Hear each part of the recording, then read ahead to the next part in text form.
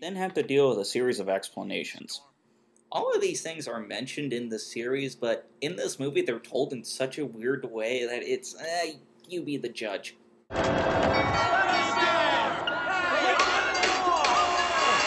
Can't go back to the garden where we were together.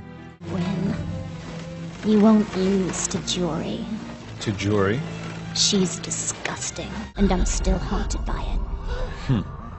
I wonder who is spreading that rumor. This is all you really need to know.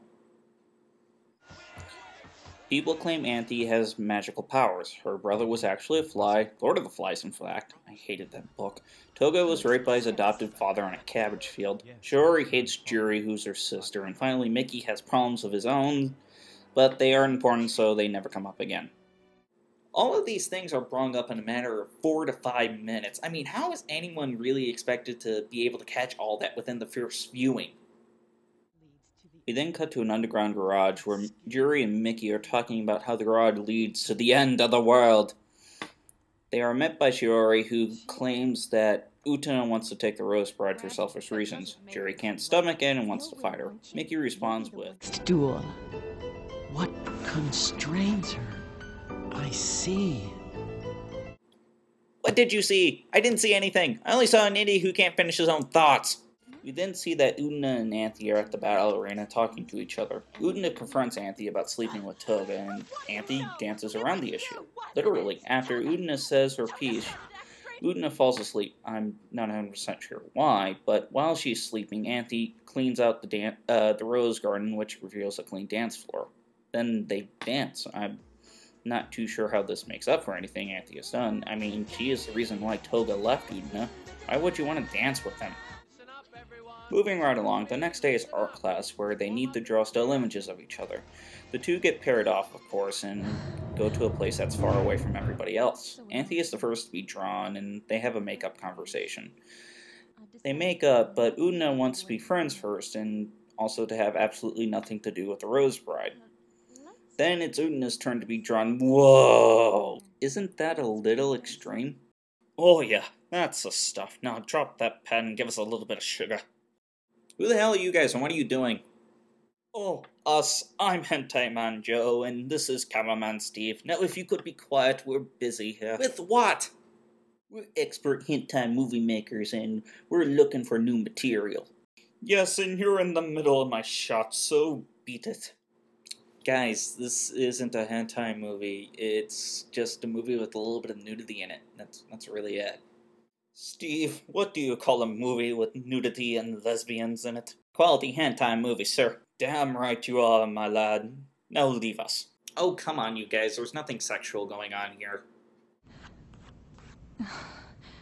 If I'm the only one being the model, it isn't fair, Auntie. That's true.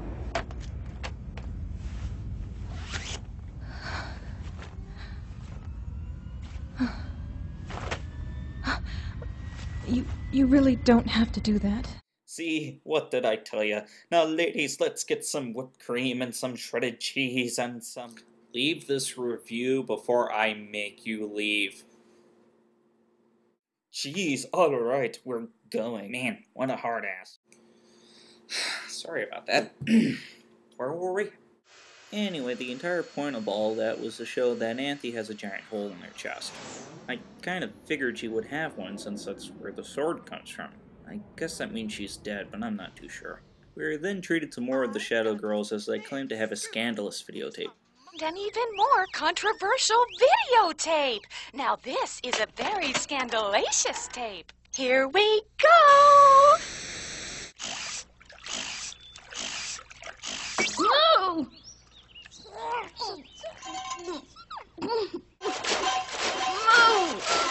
Moo!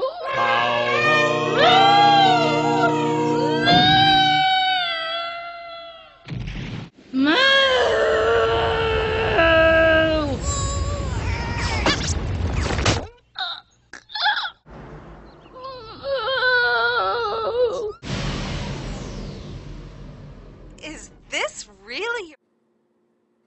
Believe it it or not, if you've seen the series, this makes a little bit of sense. Oh, but it's still bizarre. No question there. My mistake. Thankfully, it was the wrong tape. The right tape, however, has footage of the prince. No, not that prince, but you would be close. This is apparently Anthony's real brother. Akio! Oh! Ciao! Akio! Oh! Ciao! What a fruitcake! Thank you, but you flatter me. The entire purpose of the video was to show the brother dropping some kind of pill into Anthony's cup, which is to be assumed to be a date rape drug. Well, enough of that, I guess. We are then treated to a fight between Utena and Juri. This time the fight takes place on a bridge for everybody to see. During the battle, Juri wants to know if Utena fights for Toga, to which Toga leaves and Mickey asks, Who is this Toga? "It's official, Mickey's a moron." The fight ends with Utena winning, but a crowd gathers over the small rose garden from the beginning of the movie. The reason why they're there? Well, apparently someone was digging up the garden and they just happened to find Anthony's brother. Dead, of course. They begin to wonder who the killer is when the Shadow Girls reply, Master, We were wondering where you were. And it turns out you've been 6 feet under. so we wonder how you died. If someone buried you after all, Then who's the one who did this thing? Captain, Captain, have you heard? Captain, Captain, have you heard? Juri pops out of nowhere to show the crowd the rest of the tape. The rest of the tape shows that after the brother was done raping Anthony, she was actually awake for the whole entire event. The brother is scared shitless, stabs Anthony, and kills himself by throwing himself over the edge of a balcony. Everyone then claims that Anthony is the killer of the prince. Well, wait a minute. Anthony is stabbed and raped, and everyone wants her dead for the death of her brother? I'm sorry, he killed himself. He fell over the edge of the balcony.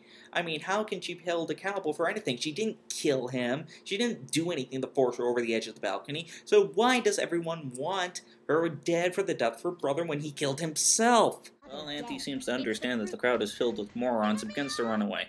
Utena follows her down a hallway.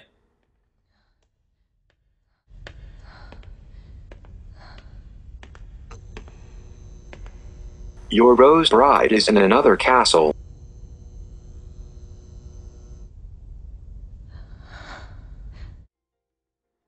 After the sign tells her where to go, she enters into an elevator where Toga, of all people, is waiting for her. Utena. They have a long-winded conversation about this and that. Long story short, Utena remembers that Toga is an old boyfriend who gave his life to save a drowning girl. So, Toga's a ghost. But then, why was he fighting for possession of the Rose Bride, and why can everybody see him? Why? Well, all of that doesn't matter because Toga floats off into nothingness, and that's the end of that.